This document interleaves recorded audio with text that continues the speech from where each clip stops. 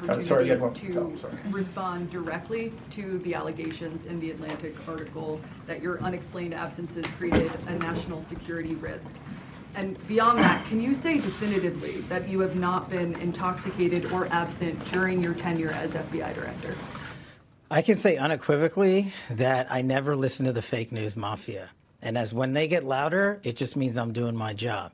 This FBI director has been on the job twice as many days as every director before me. What that means is I've taken half as many days off as those before me. What that means is I've taken a third less vacation than those before me. What that means is that this FBI with this Department of Justice has dropped the murder rate 20 points.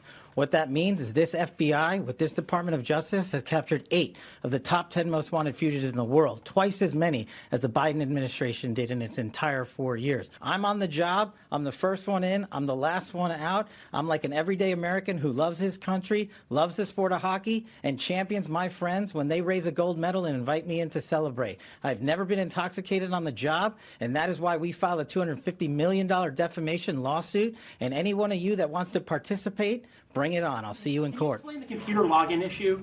Just explain the computer login issue. You were not able to log into your lawsuit contends that you were not able to log into the system. What did you think after you were unable to log into the system? Let's have a survey.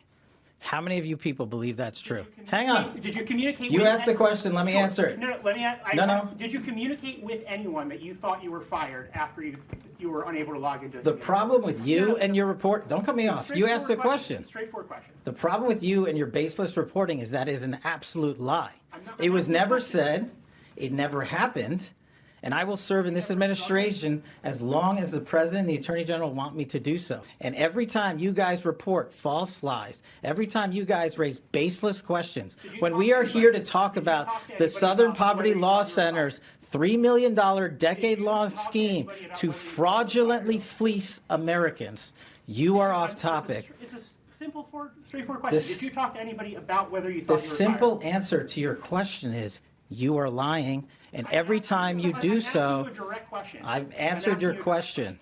It's simply as follows. I was never locked out of my systems. Anybody who says your lawsuit says the opposite. Your lawsuit anyone that says the opposite is lying. Man, stop. You're being extraordinarily rude. And I know maybe that's part of your profession, but please just stop. If you ask a question, he can answer it. And then now you're interrupting me. Like, just a little bit of respect, man. Just a tiny little bit. Try it sometime.